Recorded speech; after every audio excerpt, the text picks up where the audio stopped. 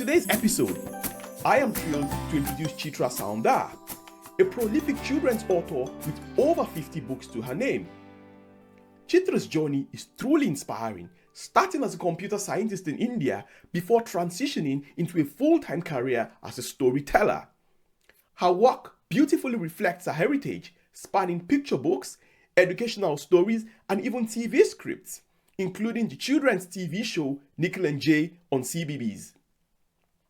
Chitra shares her creative strategies, the importance of building industry connections, and valuable advice for aspiring writers.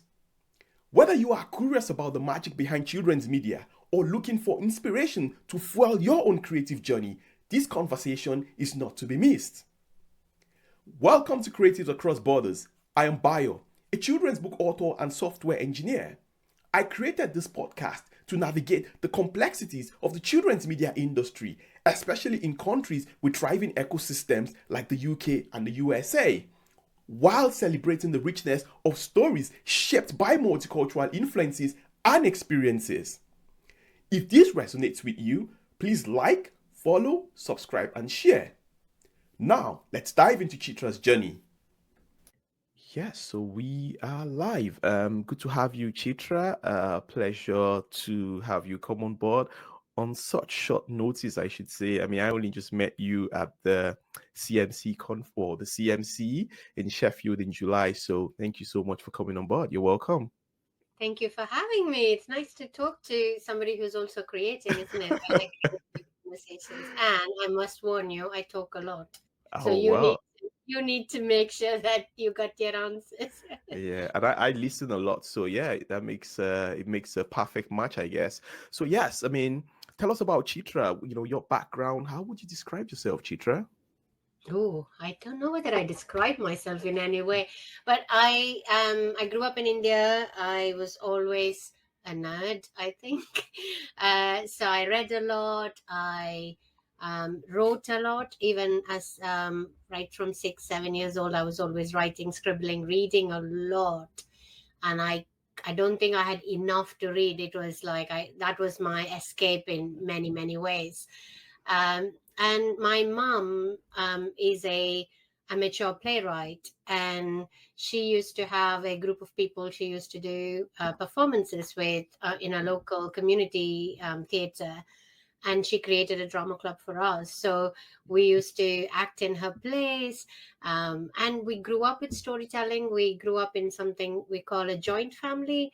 So we had our grandparents, uncles, and aunts in the same house until I was about 14, 15. Hmm. And we grew up with stories in many ways. Like my grandmother used to tell me stories, her sister used to tell me stories.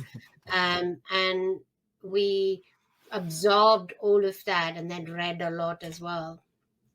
Hmm. So I think that's mostly that kind of still applies to me. Reading, writing is the way I escape from everything. I need, like, even at work, when I was in full-time work, writing is the way I controlled my life. Hmm. So I'll create documents and user guides and plans. And so for me, everything needs to be written down. Hmm. So technical and not technical writing then. I mean, writing of any sort works for you, right?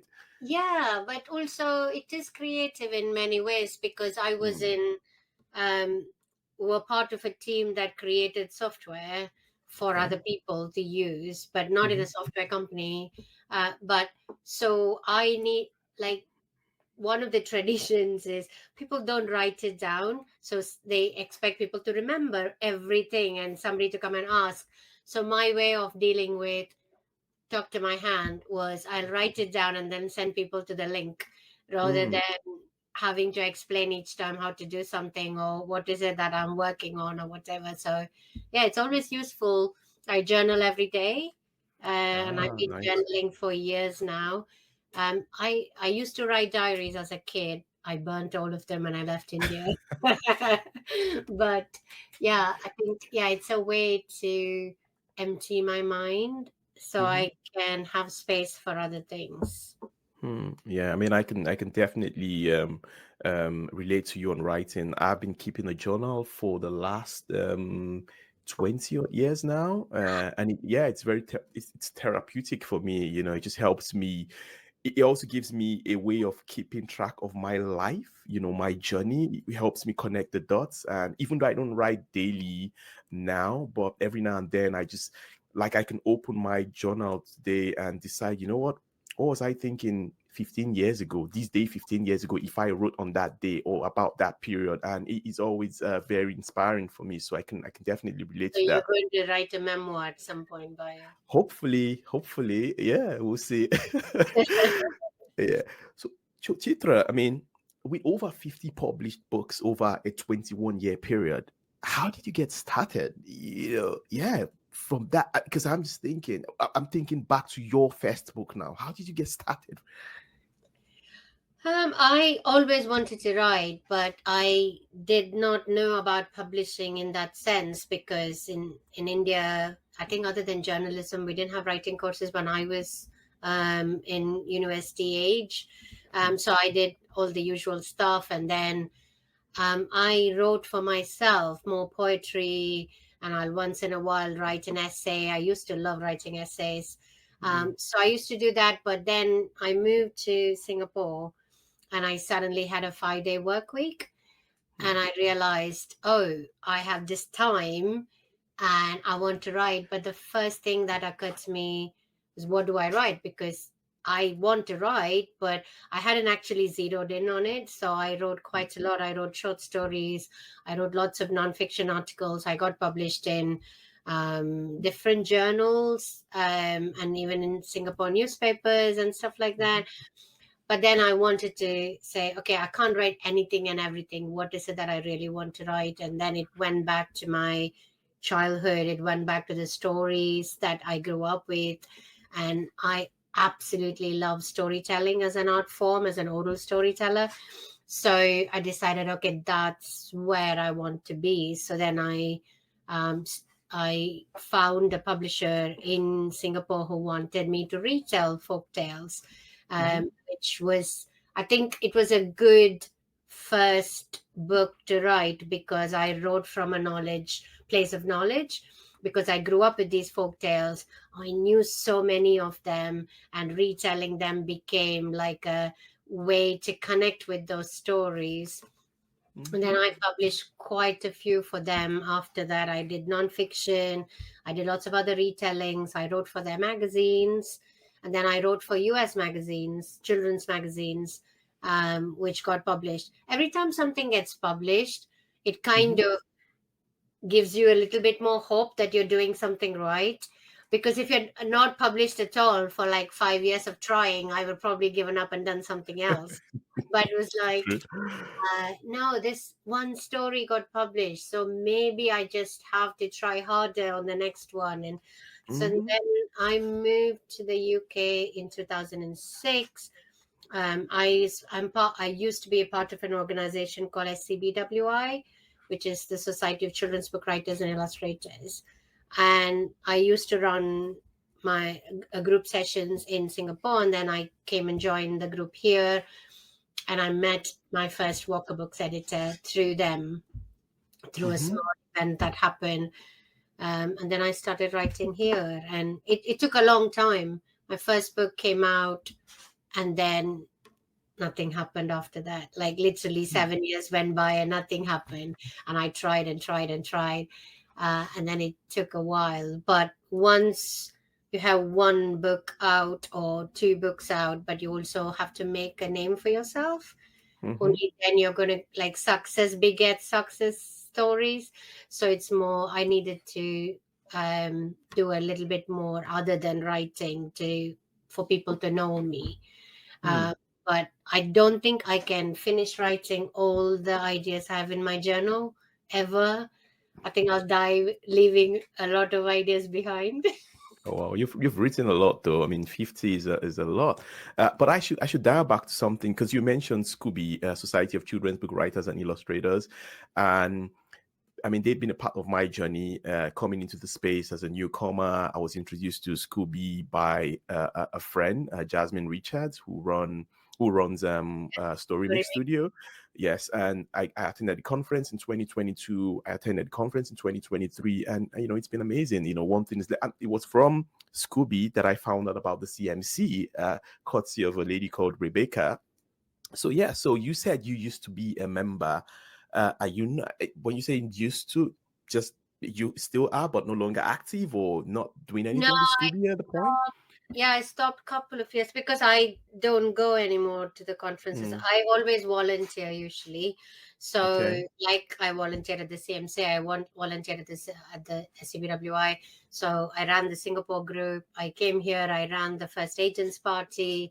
I ran the fiction, like the critique group circles. So I created critique groups for members and all of that kind of stuff. So I was volunteering for a long time. And I think it was maybe a couple of years before COVID. There is no time to go. And also, I feel a lot of the support is very important when you're growing. And then when you are doing, when you're kind of working professionally for money, then you have to go to give back. But I kind of lost because I was working full time and doing all of these things. I just didn't have the time to be attending lots of things. So once in a while, I used to go to the evening drinks thing and things like that. But I kind of finally lost touch. And I thought, okay, there's time when you outgrow something. And then I stopped going. But it's a great place to network. A lot of my UK friends are through SCBWI because when I came to the UK, other than my sister, I didn't know anybody. My colleagues and my sister were the only people I knew. So my social life was 100% SCBWI based. So most of my friends are still who used to be members with me all these years. Yeah, I was a member for 20 years. Oh wow, that's interesting. Oh wow, I mean, Scooby's also been a huge part of my story, even though I mean my journey is still playing out. But you talked about starting your publishing journey in Singapore. So you had your first children's book published in Singapore. Was there anything like an agent in the picture as of then? No, I Okay. did not get an agent until 2017, if you can believe. Oh wow. Yeah, so I think there is a pros and cons of being published elsewhere and published in not so commercial space. Because when you then come to the UK, first of all, they don't necessarily give credit to the books that you've published outside the UK unless it's the US. Okay. And also because they were not necessarily mainstream books as what Westerners would think of. So suddenly you are new to what you're going to write. I want to write picture books and chapter books and those kind of things. And I was new to that. However, I was no longer a new unpublished author. I was a published author. So that made it really difficult to get an agent. And I came a couple of times very close to getting an agent, and then things happened. And I did an event. So when two of my books came out in the same year in 2017, Jar of Pickles and A Pinch of Justice and Parton's Pumpkin both came out in the autumn of that year, 2016 maybe. And I decided I'm going to have a publicist because I had a day job then. And I was like, okay, if I'm going to spend my money, I'm going to spend it on myself. So I hired a publicist who can take the books into places, put it in front of other people. And she had got me a storytelling event for my book at Tales on Moon Lane. I don't know whether you know Tales on Moon Lane. They are an award-winning bookseller in South London. And the original Tales on Moon Lane has now moved to Ramsgate in Kent, but then somebody else has bought that shop. But the original bookshop, which was in South London, who I used to live down the road from them. But they gave me an opportunity to do storytelling, and the lady who runs the bookshop, Tamara, watched me and she said, "Oh my God, this book is amazing and your storytelling is amazing. Would you come and do the Dulwich Festival with us?" And I did the Dulwich Festival, and we got talking, and she said, "You have an agent?" I said, "No, I don't have an agent." And she said, "Oh, shall I recommend you to my agent?" And then, so her agent was also a publicist. And I was with them for 4 years, I would think 4 years. Yeah. And yeah, so that's how I got my first agent. And then during COVID, I switched agents. But yeah, it was not easy for people to, especially I think before 2020, it wasn't a good thing to have people of color on your list, technically speaking. There were, Okay. but it was very like, oh, I already have an Indian author. I don't need another Indian author on my list. So it was, and as I said, being published elsewhere, like if the agent is not discovering you, you're already published in multiple ways, then they necessarily might not look at you as something that they can sell. But also, I think commerciality of books by Asians or books by people of color is still one of those struggles. People still think our books are niche. People still think our books are only for people like us, right? So that is still one of those things that is a bottleneck in either getting representation or getting published itself, or even after getting published to get marketing budget or any of that. That is still one of those things we're still talking about. So just to go back to that, your first publishing experience in the UK, this was 2016, 2017. That was You my got, second and third book. My first yes. book in the UK came out 2010. Yeah. And that book was without an agent, right? So was Yeah. that self-published or you No, published that was directly with? Walker Books. Yeah, it was. No, I Okay. haven't self-published. Yeah, Okay. it was through Walker Books. That's why I said that was through finding my editor at Walker, through Ah, SCBWI. okay. I did this was nowadays, this particular event at SCBWI is a big event. Um, it's like a masterclass they run, right? When SCBW, this was the first masterclass ever that Sarah Grant arranged, whose story makes Jasmine's one of good friends, Oh, and wow. a big author as well.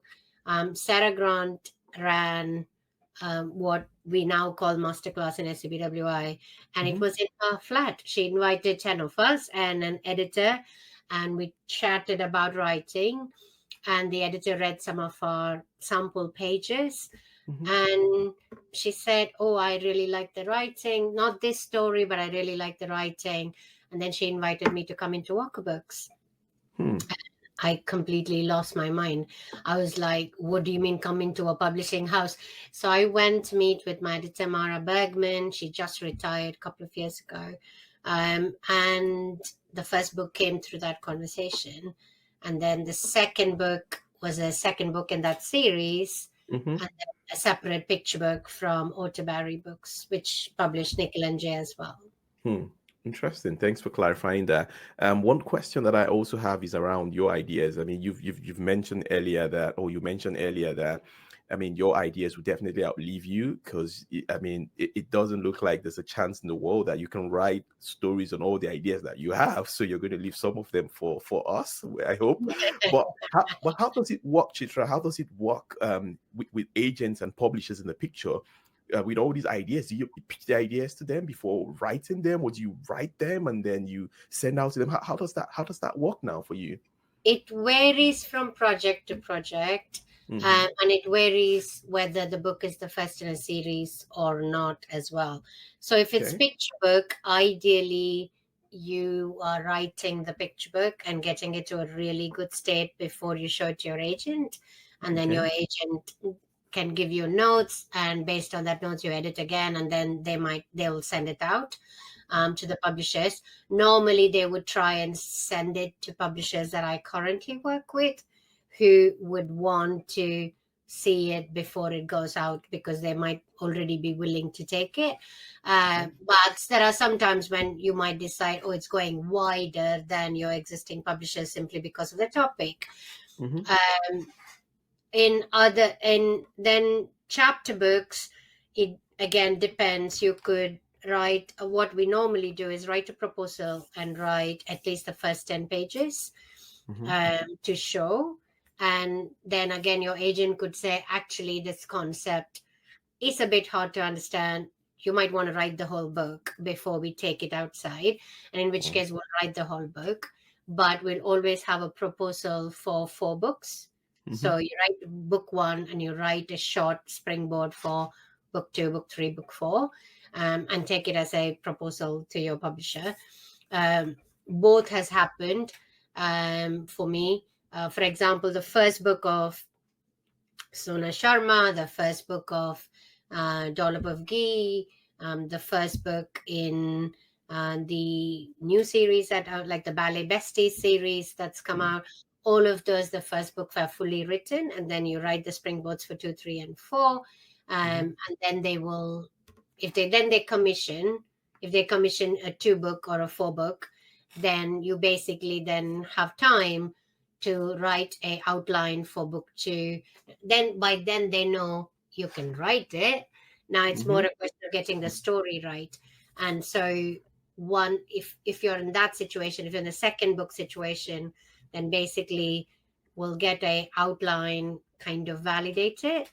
And once they're happy with the outline, very much like writing a TV episode, then I'll write a chapter breakdown of this is how the story, so that they can check the pacing, they can check the order of events, whether the through line comes through, all of that kind of stuff. So once that's there, then I put the chapter breakdown next to me, and you just expand the chapters. But that's where the play and the creativity comes in. The chapter breakdown helps you stay anchored to the story that you've sold, right? And then you can do all of your creative work without worrying about, oh my God, have I got the pacing right? Have I got the story right and the plot right? But if I'm writing something completely new, which I have not attempted before, which nobody's seen me write, like, for example, I'm working on a middle grade now, and I will write the whole thing for my own sake. Okay. I want to know that I can write it. Mm-hmm. I want to know that I can hold that long a story in my head, because I normally write shorter books. So then I will write it fully. I'll edit it a few times, show it to either my workshop group or a friend who writes middle grade or YA to read it, or something like mine is historical. So I'll show it to somebody who writes historical so they can read and say that it's good. And then I'll send it to my agent to say, okay, here it is. What do you think? But when you submit, you still have to submit. They'll probably submit the first X number of words, whether that is 10,000 words or 3 chapters or whatever that is, plus a fully worked out synopsis. Okay, interesting. Something just came to my mind as you were speaking about, historical books. I had a guest, Eva Wongnava, who Yeah, is I know her from Singapore. Yeah, yes, who's called an authenticity reader.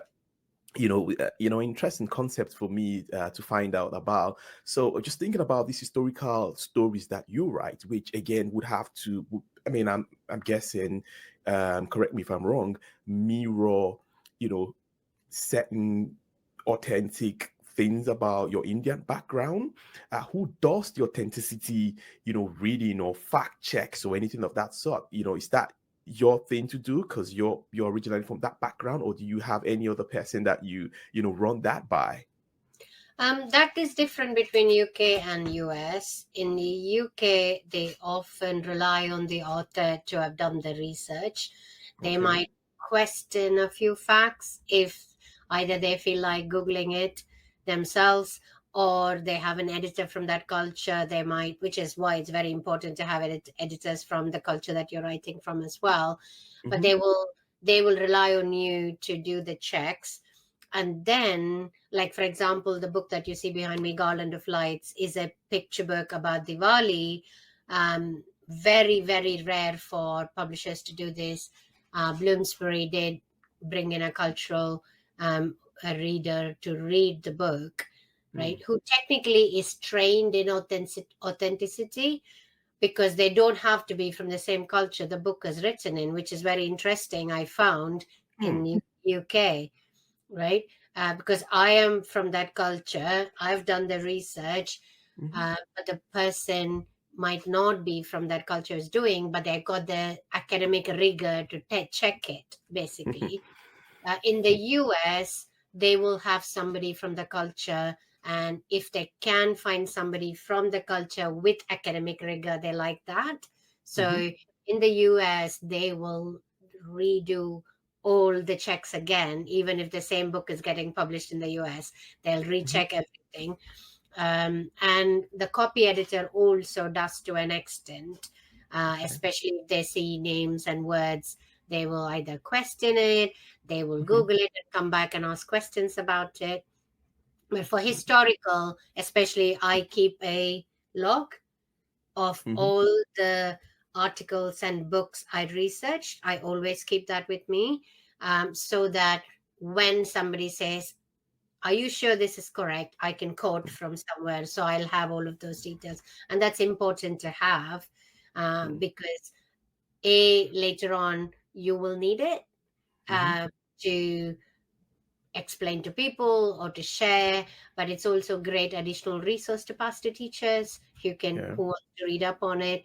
But it's definitely important to keep all your references. Like I've done a complete nonfiction book called We All Celebrate, and it has miles and miles of research behind it, and they also got it checked by somebody with an academic PhD to read it and read it. So yeah, it varies from book. Fiction is mostly easy, right? And especially if you're writing fiction from your own culture, UK hardly ever checks it for you. You are 100% reliant on yourself to be correct, which is a big responsibility.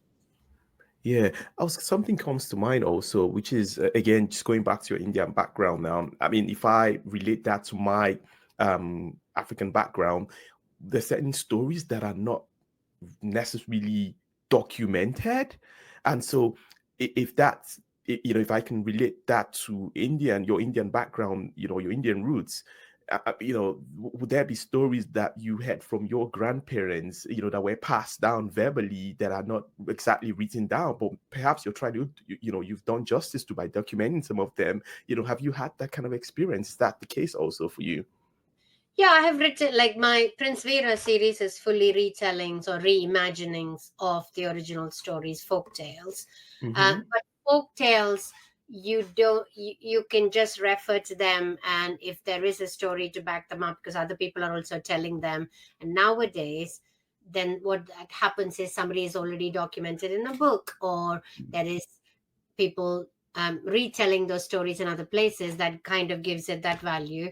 As I said, fiction, like for example, in my Sona Sharma series, I drop in a little bit of storytelling inside, like the granddad tells a story, the dad tells a story, and that story will be a story from my childhood, to teach a moral, right? Like how we all grew up was, Yeah. oh, this story about this dog and the cat is actually about this. So I have a story like that, but those are not checked. The way you protect yourself is to say, the character might say, this is a story my grandmother used to tell me. You're not saying this is a story definitely, it is a story that you're passing down. And also, even when you're writing cultural things, you have to be so aware that in a continent like Asia, in a continent like Africa, the same custom, the same festival, or the same tradition is celebrated differently in different parts of the same continent. So what I'll do is I will always say, some people celebrate it this way. There are Okay. different ways to celebrate. So you just have to make sure that you are not claiming overall claim to that thing or authenticity as this is so I don't know whether you have listened to the TED talk The Danger of a Single Story. Oh, Chimamanda's. Yes. Yeah, I have. Wonderful to listen to, and I pass it to a lot of people in publishing, because that is the problem. If there is only one person saying one point of view, because Mm-hmm. then people believe that that is the only thing that they want to believe. Like if I say my parents always bought me new clothes for Diwali, doesn't mean everybody's parent did. But if I'm the only one writing and putting that in a book, then other people reading it might think everybody buys new clothes for Diwali, which Yeah. might not be true. Mm-hmm. So it's that is the danger you're trying to avoid by having more people write about things, so that there Mm-hmm. is a nuance in it. Hmm. Interesting. Thanks for clarifying that. And with all these interesting things that you've done, Chitra, what would you consider your big breaks? What are your career highlights? The most memorable ones for you. Oh, I don't know. I think publishing of Parton's Pumpkin really opened up a lot of doors for me. It's a picture book. It was a Mm-hmm. retelling, and it's one of my favorite retellings.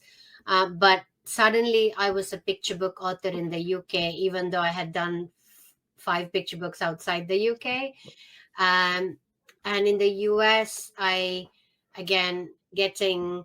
I have a Diwali book in the US called Shubh Diwali, and that took off big time. Mm. Um, but I don't think I got like a big break in one go kind of thing. It was Mm. almost like step by step. It was very incremental.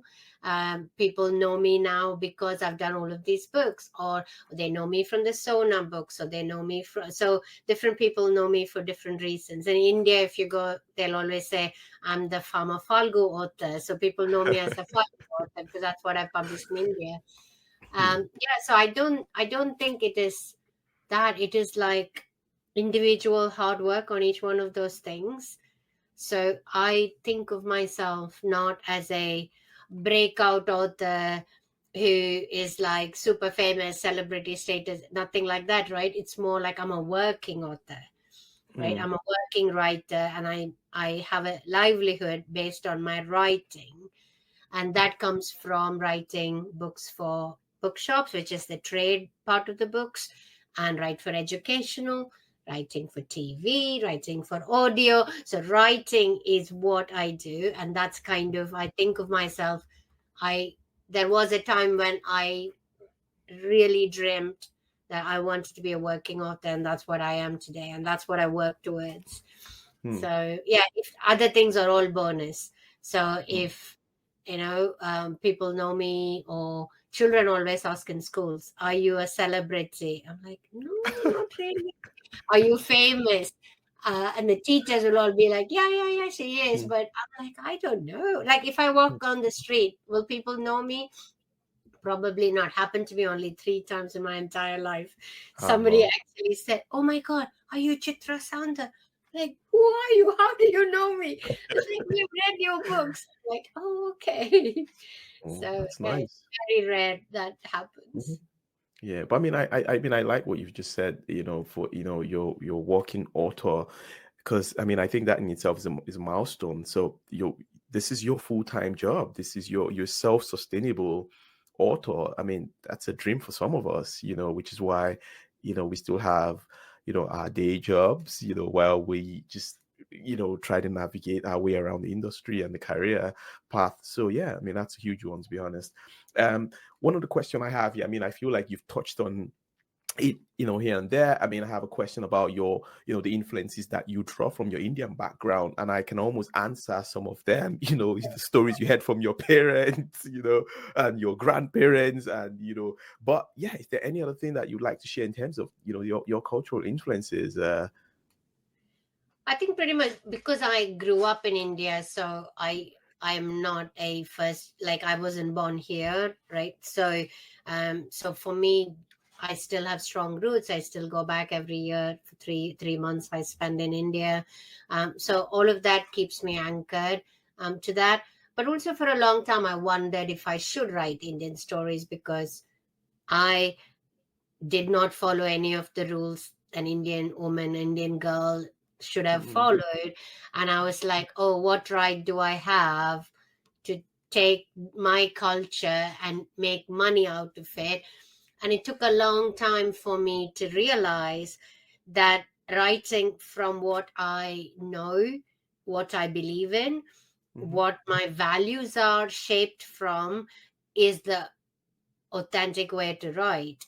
So I cannot write from a different perspective. My perspective will be always shaped by the way I grew up, the people around me, the stories I listened to and I read, and the Mm-hmm. culture, the food, the music, all of that is what defines me. Mm-hmm. And whether I like it or not, that is me, right? So for me, I felt comfortable to think, okay, I am going to draw from that. That's kind of how I look at it. And pretty much I keep in touch a lot and I read quite a lot. I love reading all the, I'm more spiritual than religious, Mm-hmm. but I love the stories in our epics. I like them because they are epic stories and there are lots of thousands of little stories in them. So for me, I love Diwali, not necessarily because it's a religious festival, Mm-hmm. because it has so many stories around it, and that is almost like a anthropological way of looking at it for me. It's like in those times, people celebrated this festival for this reason, Mm-hmm. and that is the shaping of their mindset at that time. And for me, that's how I like to connect. Oh, this is an autumn festival and this happened because this is the geography of that place. So I almost approach it in that sense. For me, stories are like reading a anthropological academic study, and they tell me so much more about the mindset of the people in those times. And in terms of impact, Chitra, so seeing that your works are inspired by, folk tales from India and, Hindu mythology, like you've just mentioned, what's been the impact on the wider culture, especially among children of Indian heritage? And, the context for that for me is I know as an African, I wasn't born here too, and I have to consciously, teach my daughter the native language. I have to speak to her in my native Yoruba language, and I'm hoping that she's grasping things, even though she's just under 4 years old. But from that point of view, you drawing influence from your Indian background, have you noticed, an impact on the wider culture, among children of Indian heritage, especially here in the UK? Yeah, absolutely. One of the Mm, biggest benefits of going into schools is meeting with children from all backgrounds. But when mm-hmm, Indian kids meet me, they are extra proud. They feel extra special, right? They'll say, "Oh my God, I do this at home. My mom does this. My mom is also from India and from Chennai or whatever." So they're immediately connecting with that story at a much more subconscious level, mm-hmm, because they feel like all the other books, yes, they love it, all the books they're reading, but those books are about somebody, and they suddenly feel these books are much more closer. mm-hmm. And when you tell the stories, they want to know, they want to understand how you grew up and which part of the country you're, what language you speak, and they will share their stories with you. So many kids have come up to me and they'll tug my arm and go, "Oh, my mom is also from India and these speak languages I haven't learned." And I always tell them, learn your language, because it's Mhm. so much fun to learn your own language and it's an Okay. important thing to do. But I'll also Mhm. tell them, go find out what's the meaning of your name. Ask your parents why they named you that. Go Mm. ask them about the world. And then if they point out things in the book, I'll say, go ask your parents about that, or share it with your grandparents and ask them whether they do this as well. And it does make a big difference. I think the day there was one school I went in Hampshire. As soon as I walked through the door, they said, "You have a stalker in this school. We already know she's not going to attend any classes today. She's going to follow you around. Oh. Please bear with her. She was so lovely. The kid was so excited that Hmm. an Indian author was coming to school. And Hmm.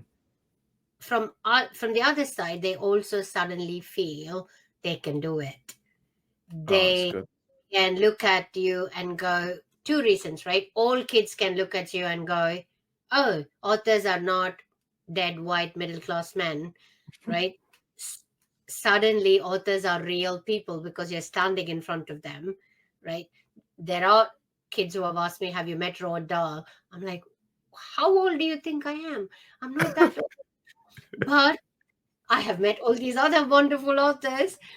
But uh, they suddenly can see, and I'll show them pictures of me growing up, but I'll also show them different stages of my story, right? Hmm. This is the first draft, this is the second draft, this is the book kind of thing. And they Hmm. suddenly can see that it is possible. It's a human activity. It doesn't Hmm. come from somewhere and get into a Yeah. book, Hmm. right? And then the Indian kids can actually see, the pretty much all of Asian kids can see, oh, I don't always have to, think that I can't write. I can write, and I can write about myself. I can write about my culture because she's done it. And I Yeah. tell explicitly as well. And one of the things in workshops we do is tell the children to use main characters from their own background. Hmm. So otherwise, they will always write Bob, Tom, Charlie. So Hmm. I'm like, no, find the character that you know, who's at home, who do you want to put, what would you call your character, and bring them to the thing that you can do it.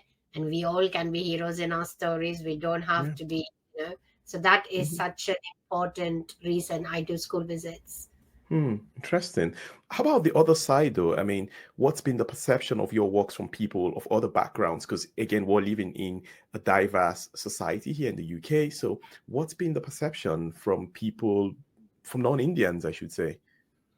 I would know morely from parents and teachers and librarians who reach out, is they like that it, like, the stories are set authentically and written authentically. That is one of the, like, they know when they read that story, they are reading something that written from a lived experience, and they Hmm. love, because I put food in my stories a lot. I write little verses in my stories a lot. So all of those things really resonate really well. And um, some of my books are very lyrical. If they're about animals, there are some funny books. So they are kind of like, it's the writing, but it's also learning about another culture, like how, I don't know about you, we were flooded with Enid Blyton books. And we were flooded with Nancy Drew and Hardy Boys books in our bookshelves, and Jughead comics and Archie comics and Tintin and all of that kind of stuff. So for me, it is that thing that I learned about a different culture by reading these books. Hmm. We have to have UK children reading about other cultures as well. Otherwise, they won't be global citizens. And it's Hmm. a good way for them to, and children love it. Children actually don't see this as an Indian book or a non-Indian book. They are looking at the story, they're looking at the characters, they are looking at the jokes in the book, they're looking at the pictures in the book. Children have never ever said, why am I reading this book? They are more like, what's in this book? Hmm. You put a football match in it, or I like football books, can you tell me where I can read them? It's more like, what's my interest, can I find a book to that? Or they'll come and tell me, oh, I love this imaginary friend you have in Sona books, the elephant, he's very funny. Or they'll say, I like Sona because she's like, she does her things on her own, never listens to anybody. So it's, children actually don't differentiate as much as, I think adults look at it as, this is a book for brown children, this is a book Hmm. for white children. I don't think children look at it. If you bring the book into a classroom, you buy a book in at home and read it with them, you will Hmm. learn something new, they will learn something new, and they have picked up a bit more knowledge about something that they didn't know, right? Hmm. So it's win-win across the board. So, in terms of your professional life now, one thing that I really find fascinating is the fact that you taught computer science for 7 years, and you also worked as a programmer. And I can relate. I work full time as a software engineer.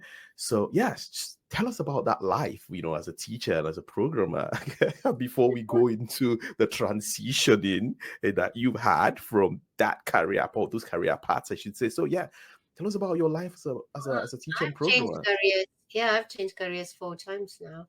So Oh wow. I started out in teaching computer science, but to I would say adults, so 17 plus. Okay. So in India, this is early 90s. Mm-hmm. So India was at the forefront of computer education. Like a lot of the software engineers that went abroad came Mm-hmm. from Indian software companies. So there were two big software companies that were teaching computer science, creating graduates to go into work in the US, especially in the US. And so I studied computer science because I was one of the early we were the first generation that got computers, like home computers, to work with. And we didn't have at home, but we had one at school. I think that's called the BBC computer, which UK made, which for schools. Okay. And that they brought it to our school, and I was hooked. I love logic. I love working out instructions, and I thought, oh, this is definitely me. And I studied both my degree and my post graduation and computer science at the same time. Mm-hmm. And then I taught computer science for 7 years. And then I wanted to leave the country, and my company also had a software arm. Okay. So then I asked them to send me to Singapore. So I came to work in banking tech. And I worked in banking tech for another 7 years, I should say. So I would think, 99 to 2006. Um, and then I moved to the UK with the bank. The bank moved me here because I'd grown out of my Singapore role, and I wanted to move to the UK because my sister was here. So I moved here, and then I quit my day job only 2018. Oh So I wow. had a day job until 2018, and I moved. Then I was not doing tech as my main job, but Mm-hmm. my main job involved tech in a big way because I was designing them. Somebody was coding them, but I was designing them for Mm-hmm. the benefit of our internal clients. So I had senior management roles in the banking tech world and the banking world, like on the business side, done lots of big projects. And then I transitioned into part-time around 2016. Mm-hmm. I went into a 3-day week. And then I eventually quit in 2018. I said, okay, I kind of figured out what I wanted to do. I wanted to pay Mm-hmm. off my mortgage. Uh, so I did all of that because my dad was terrified. I took a 95% pay cut Oh when wow. I quit, and I was like, can I make it? So what I did was I saved up just enough for 5 years. So I Mm-hmm. said, okay, I'm going to give this a go. If in 5 years I can't make anything off it, I will go back and find a job. That's fine. I know how to do program management. I can do it Mm-hmm. anywhere, anytime. And then I've not literally not looked back. It was been so busy since I quit. Hmm. I've been, and that's when I found time to then do my second biggest passion, which was writing for TV. So that's when I found the time to transition into that because I couldn't hold down a very senior role. Even if I did 3-day week, it was a very senior role, and write books and do school visits and Yeah. also do one more thing. So I needed that time to do something else. Mm-hmm. Wow, interesting. Is there a transferable skill though from programming that's been useful in your children's writing? I mean, other than writing code or writing, because writing is writing, right? So, but what other transferable skill can you think of, or can you Yeah, share with us that? not necessarily programming, but working in a corporate setting, working Mm-hmm. at that level Mm-hmm. of efficiency and productivity, definitely I've brought all those skills with me. I'm the most well managed author. I plan my work. I'm very good. I reply to emails on time. I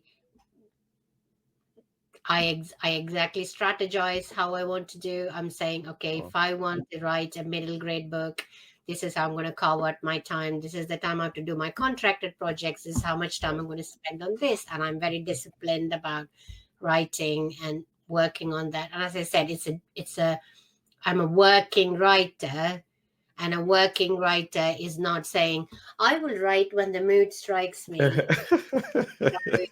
And you have to come up with ideas and make sure that the idea is saleable, and you have to work your craft and Mhm. build your setup, like having workshop groups, having the time to be able to do a longer project. All of that, all those skills came from being in a corporate job for what, 20, 20 years. Yeah. Wow, interesting. Wow, that's really interesting. And your last statement really feeds into my next question, which is around affiliations. I again, like you mentioned earlier, Scooby Society of Children's Book Writers and Illustrators is one of them. But do you have any other professional organizations that you're affiliated with that have had an impact on your writing career? I think SCBWI probably, and then of course, CMC was a big thing for me getting into TV and writing. That's where I discovered a lot of my information from. But I always find an organization and part of an organization, and I volunteer time. So I am now with the Writers Guild. I used to be with the Society of Authors, and either way I volunteered in both the places. I was on committees. Now I'm on a subcommittee here as well, and I've now volunteered to be on another committee recently. And as you know, I've set up Colourful Connections for kids media, and I've also set up the latest project is Sail Fest. So we created a South Asian illustration literature festival in the UK, the first of its kind. So with two other friends. So we literally had our first festival last week, this time. Nice. So yeah, for me, industry is quite important. As I said, my business skills are very much part of that. Is I understand the business. I learn about how the business works, how publishing works. And therefore I will subscribe to the bookseller, subscribe to the broadcast magazine. I'll read Kids Screen every day. That's Mm. my first top things in the morning, is to read all of those three industry magazines to make sure I'm on top of the news. What is happening? Am I because I also want, especially as a person of color, as a writer of color, I want to be aware of what is happening, be able to guide other people, but be fully informed of the market. I want to be Mhm. able to understand what the conversation in the industry is and Mhm. not naive about it. So Yeah. having all of those is quite important for me. At least for me, that's how I approach it. I Yeah. need to understand the ecosystem in which I am trying to excel in. Wow, that's really, really good. I mean, that's very strategic also. I mean, yeah, I mean, just reading all those different things, staying informed. I mean, I can't think of how I don't think of how much more professional one can be, or serious of what one can be about, his or her craft. So that's really good to hear.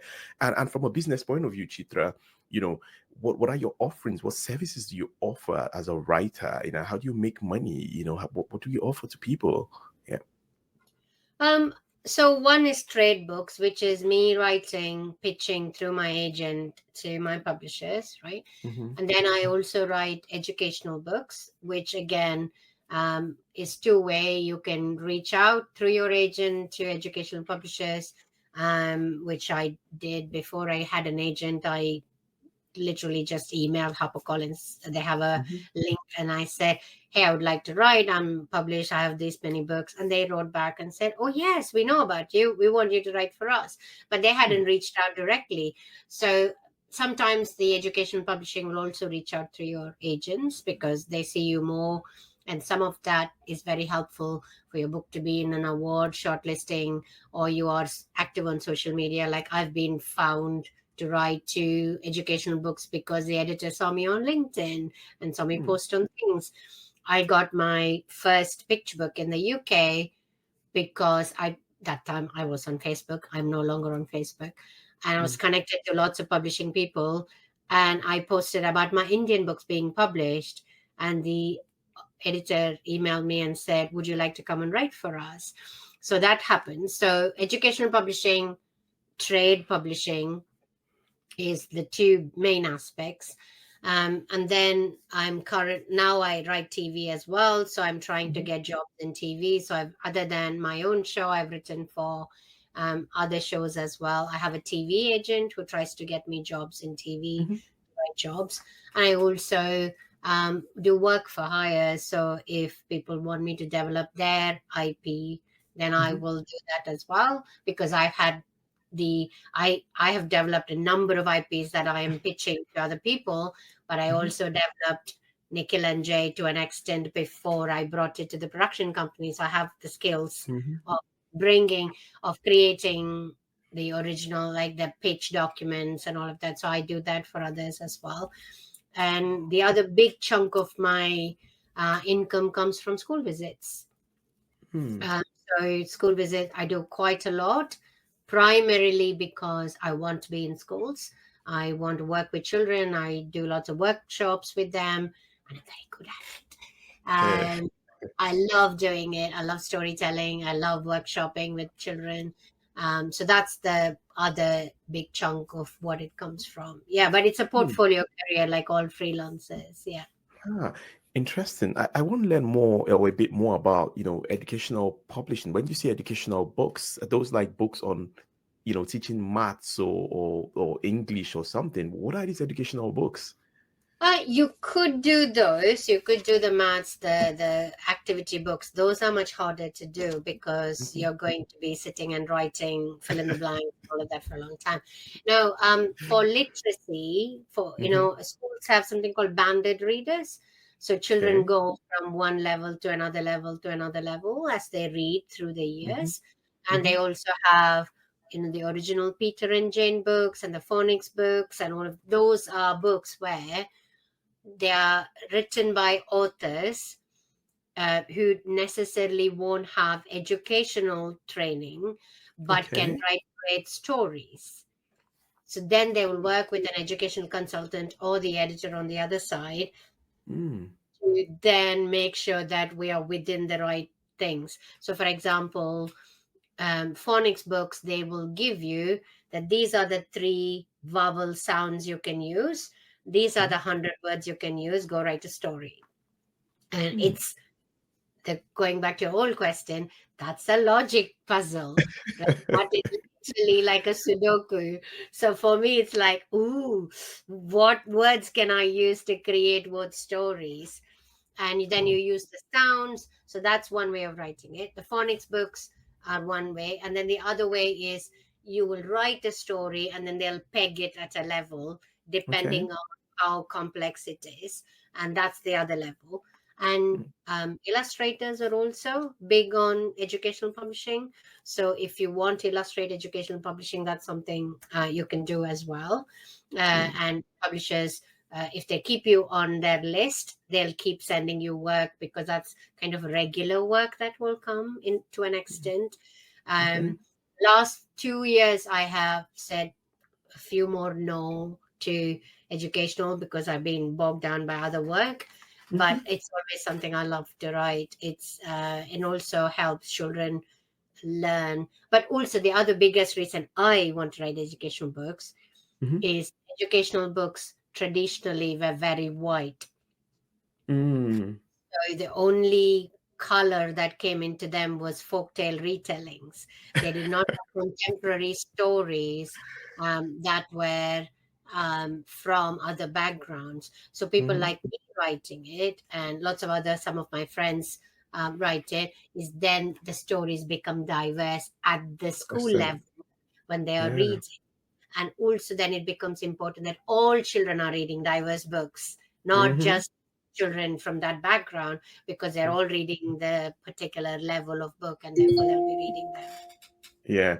Wow. Interesting. The last thing I have on that one is writing for TV, because I mean, similar to educational books, because one of the reasons why I asked that question was in my head, I was thinking, you'd have to, follow certain, I don't know, procedures or stick to certain curriculums or something like that. So from a TV point of view, I mean, there's a science, or I don't know if that's the right word. There's a way around it. There's all these things. I'm sure there's a format suite, I should say format. It's not like just writing. So, I mean, how do you go about that? Do you have you taken some trainings or courses on that, or do you have? You've mentioned that from an educational point of view, there's a consultant that you work with. How does that work when it comes to writing for TV? It's like how you approach any craft, right? So when you want to write poetry, you immerse yourself in poetry, you read, but you also read books on how to write, you learn the craft. So when I wanted to enter TV, so 2018 June, I quit my day job. I gave myself a year, right? So I read every book on writing scripts possible. Wow. I downloaded every script writing software. I wanted to try all of them to see which one I really liked writing. And I read scripts. I went on BBC Writers' Room, downloaded the scripts and read them. I went on Google. Nowadays, pretty much all the scripts of all the favorite programs you want to watch or award-winning programs are available to download. So I downloaded and read, okay, what does a Modern Family pilot look like? What does, so that was so important to do. And then the most important step, you actually write. So I took some of my ideas that can't become books or haven't become books and wrote them as a script. Oh, wow. And to learn to understand how to do characterization, how to do descriptions, how to write dialogue, and get better at it, how to do scene changes. Why is this like this? What is the difference between writing a story in a narrative form versus writing in a script? Then I still every day listen to innumerable number of script podcasts and listen to people who have done it, people who won awards. How do they approach story? How do they approach scene? All of that. And then I had a lot of sample scripts ready when I was ready to go out and show people that I wanted to write TV. Wow. And when you say show people, is that is that your same agent, or you have a different agent for TV writing? How does that work for I have you? a different agent for TV, but that agent came only after we had already got a development deal on Nikhil and Jay. Okay. But before that, I was literally, it was all COVID. So 2019, I met with loads of people. I don't know whether you know Elliot Palmer. You know Elliot? You should meet Elliot Palmer. He used to be ex-Nickelodeon. Okay. Lovely development exec and writer, and he's in comedy as well. Mhm. And I met loads of people at Manimation, which was a CMC event at Manchester Animation Festival. And then I went to Andrew Burrell's How to Write a Script course during Manchester Animation Festival, was for 2.5 hours. There are loads of resources on the internet. I watched every YouTube possible on how to write scripts, right? And then I had a bunch of scripts. Then I started networking, and it was all, by then everything had shut down. So I shamelessly went on LinkedIn. I watched TV. I knew I wanted to write preschool TV because that's where my books are there, and that's the age group I know really well. So I watched countless hours of preschool TV during COVID. This is the first lockdown, right? So I watched and watched and watched. But every time I watched, I noted down who wrote it and who was the head writer on it, right? Script editor, head writer. Reached out to them on LinkedIn and I said, hey, I want to write. I have sample scripts. Would you read them? Or would you send me one of your sample scripts to read? Some people did. Some people didn't. But the people who did are still friends now. I reach out to them. Some people were so generous, giving me an hour of their time during COVID to talk to me about them. But I still spend hours watching new preschool TV coming up, and I will watch. Mhm. I'll still learn names. Hmm. I'll look at the names. I'll go find them on LinkedIn, and I'll go connect with them. And I say how much I love their episode, and try and connect. Hmm. And if I Wow. see an Asian name, whether it's American TV or UK TV, I'll definitely reach out and I'll say, "Hey, this is so lovely. I was so happy to see your name," and things like that. Which for me, it's finding that is so rare that it always energizes me to find those things. Wow, this is very, very inspiring. I'm learning a lot from your strategy, your approach to things, Chitra, and I'm sure, lots of people out there when I put this out there. So, in terms of your current and future projects, Chitra, what are you currently working on? What are your future plans? So book-wise, I'm working on a ballet series with the Royal Ballerina from the principal ballerina from the Royal Ballet, Hmm. Yasmin Nadi. So we both are doing a series. So we're writing the fourth book now. The second book is coming out this November. Hmm. Um, and then I have a few other books coming out soon. So I'm in middle of all of those things. Hmm. And then the big news, of course, you will know, and lots of other people know, is that Nikhil and Jay will be coming to CBeebies this year. And so I'm, because I am one of the exec producers on it, I wrote on it as well. So I wrote 16 and a half of the 52 episodes. Oh. I say half because I wrote the 17th one with the head writer. We both wrote it together. Hmm. Uh, and that's coming out, so which means we have a lot of work towards getting everything ready, but also Hmm. maybe promoting them or talking about them. So all of those things are happening. So that's in the horizon. And then, as I said, I'm writing on my own projects. I'm working on a middle grade book. I'm Hmm. working on a few other pitch books that I want to send to my agent at some point. So, Hmm. and I'm Okay. developing other TV shows which I've started pitching. Oh, So fingers nice. crossed. Hmm. So I just remembered the question I wanted to ask. So when you talked about, just shamelessly reaching out to people, you've done all your due diligence, you read up as much as you could, and you'd written stuff, and instead of just reaching out to people, I was going to ask you about how much of your background, your portfolio of works helped out in that case. Would you say, oh, you know what? So you're pitching to people, but then you mentioned the fact that, I have over a dozen books, children books that I've written. How much of that helped you or helped your case with them? It does help. I have lots more people email you back for two reasons. Hmm. One, because a lot of TV writers want to write kids' books, right? So suddenly they feel, ooh, Wow. Skillshare, we can share. So I'll show you something from TV, you show me something about books, kind of thing.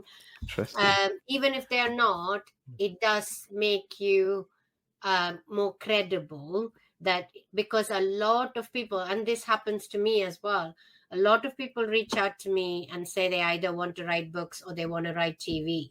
And I will Hmm. always ask them, so what have you written? How many stories have you written? And they always tell you they're going to start in the next year sometime, right? So a lot of the times, you have to put in the work to get the trust, to get the um, uh, people to believe that you can actually do it. So, in that sense, what I'll always introduce myself as, hey, I'm Chitra Soundar. I write children's books. Here is a link to my website and my books. I have just started writing for TV. I've created all these scripts. I've been researching children's TV programs, and I saw your episode and I really loved it, and I would Hmm. love to see the script for that episode. If you let me share, if you give it to me, I won't share it with anybody, and I'll be very open upfront. Some people will say, no, it's under a contract, I can't give it to you, and that's fine. Hmm. And I'll say thank you. Some people don't look at LinkedIn at all, so they don't respond. That's fine. The biggest thing I do is, right, they can only say no. What else can they say? So if you're prepared for the no, then you can go in and ask them. But I think it has to be polite, it has to be respectful, right? So I learned my lesson early on. You don't write to an author, you don't write to a writer and say 100 things that is wrong about their stuff and then ask for help as well, right? So that's not going to work in a Yeah. humanitarian way. That's not going to work, is it? Because the Mm-mm. people are put off already. The Yeah. second thing is not to stalk, not to nag them. If they don't come back to you, ask them one more time after a month, and if they still don't respond, leave it. Right? Mm. I have had lots of experiences where people are like, you have to talk to me, you have to come into this. I don't have to do anything. Yeah, you're not entitled to it. So. Yeah, so you have to be careful about coming on too strong. It's like dating, right? So Mm-hmm.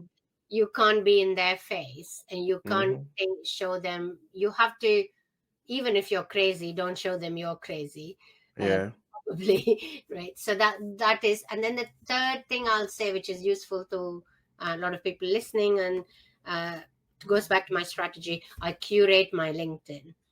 So Mm. what I see on LinkedIn is what I actually want to see.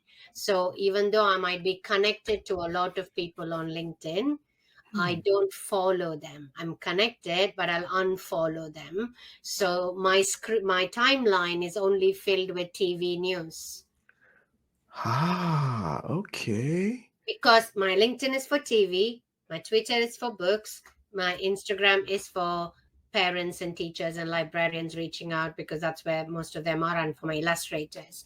Mm-hmm. So my LinkedIn is only for TV. So all my book people who connect with me, I talk to them on Twitter. So I unfollow them. They're all going to get upset after this. Oh no, Mm. we have to cut.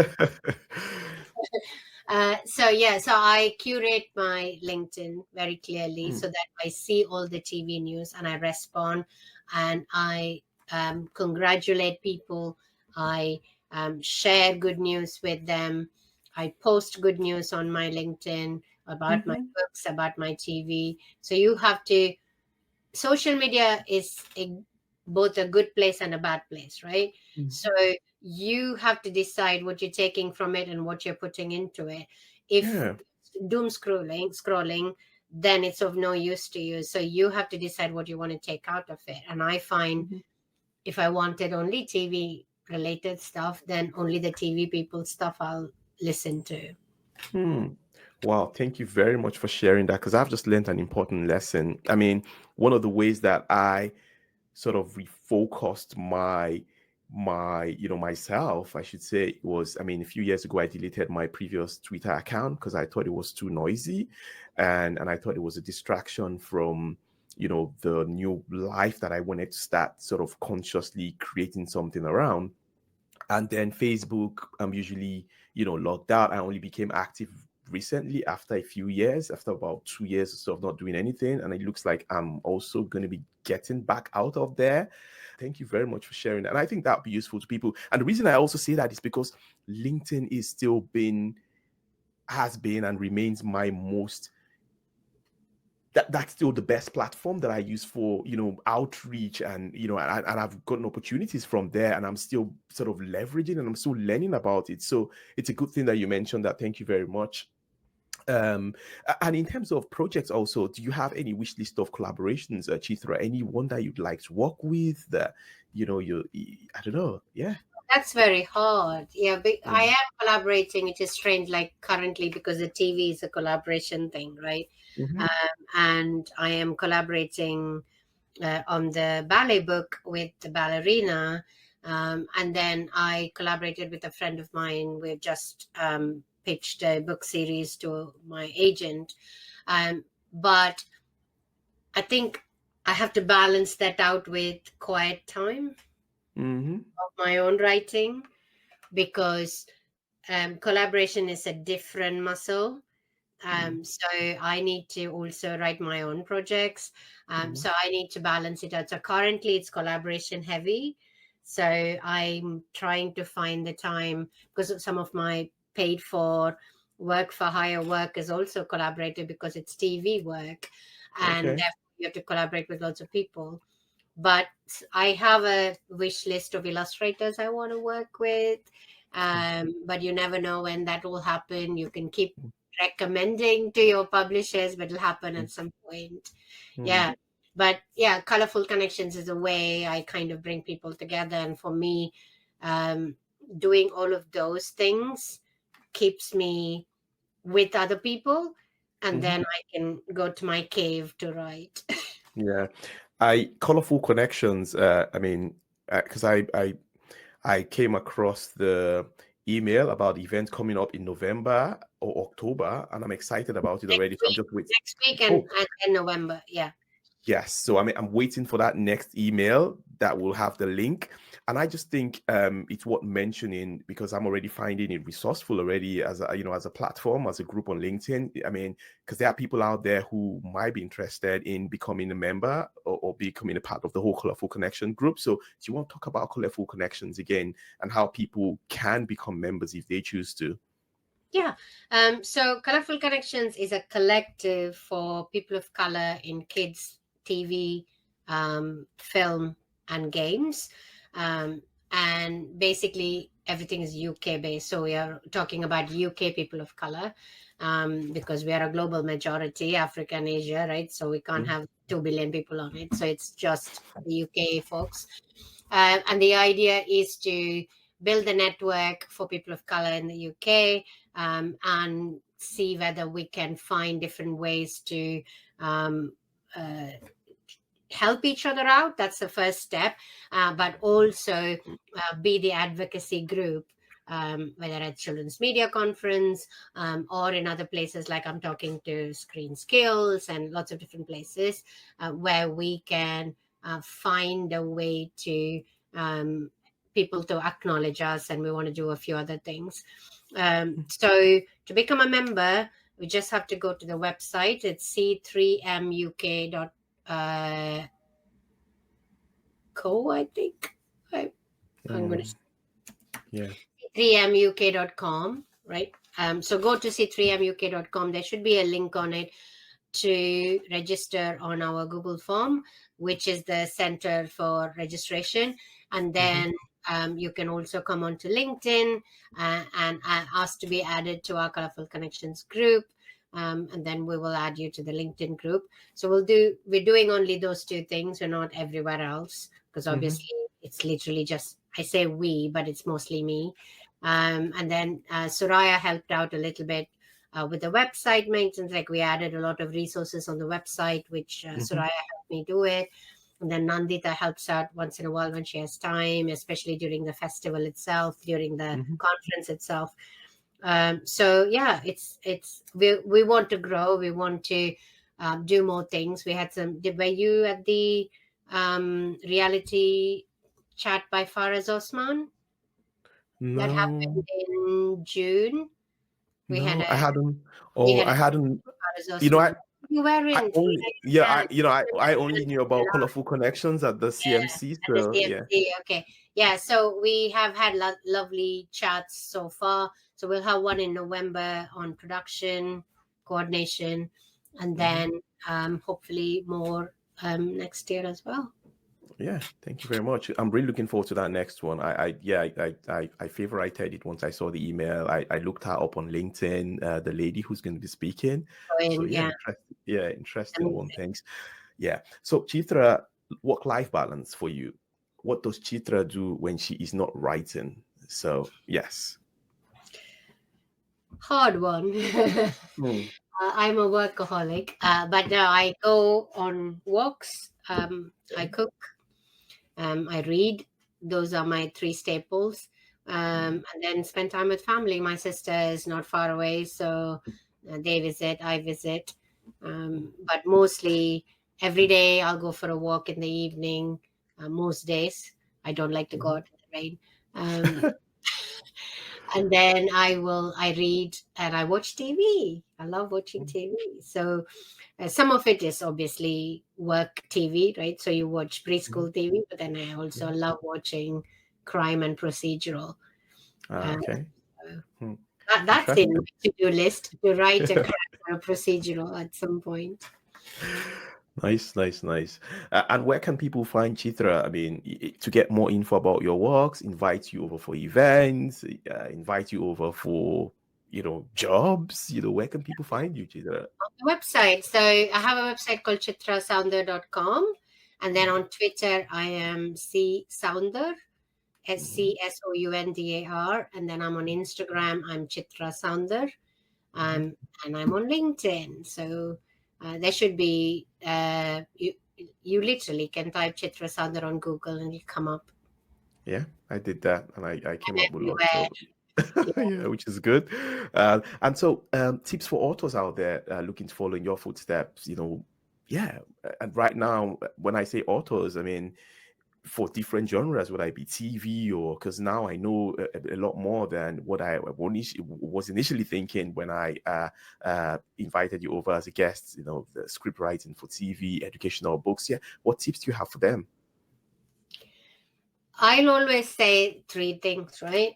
Mm-hmm. This is on my Instagram as well. You'll find it. One is read a lot for what you want to write. So whether you want to write educational books, then read a lot of educational books. Go find them in the libraries.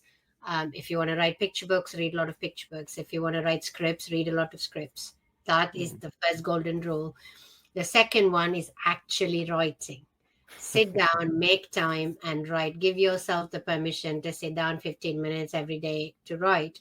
And then that will become a habit. And then you write for 30 minutes, and then you have a project idea in your head. And I also recommend starting small, something that you can finish. So Mm-hmm. think, I want to write a picture book. The minute you think, I want to write a novel, it feels like it's very big.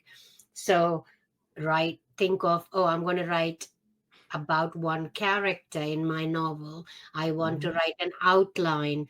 I want to write the first chapter. So set goals like that, that is actually achievable. That'll help you go to the next thing.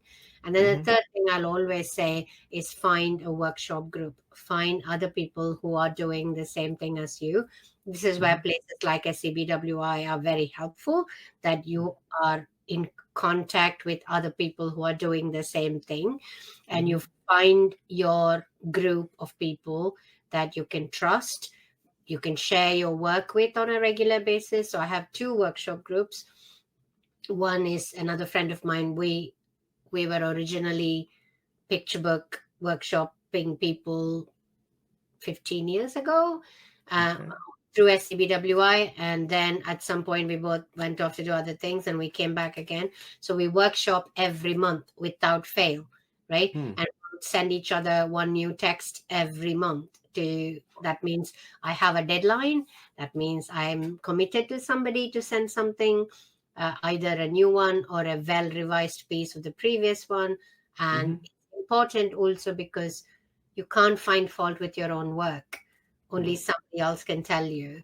True. And distance and time plus a different point of view is very helpful to find out what's wrong with your work to fix it. Mm-hmm. So it's important to have those three things.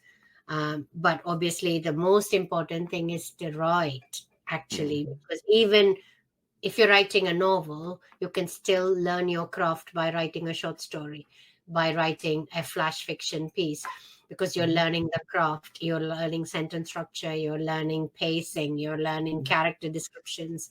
Mm-hmm. So doing regular writing will always help, especially when you're starting out. Hmm.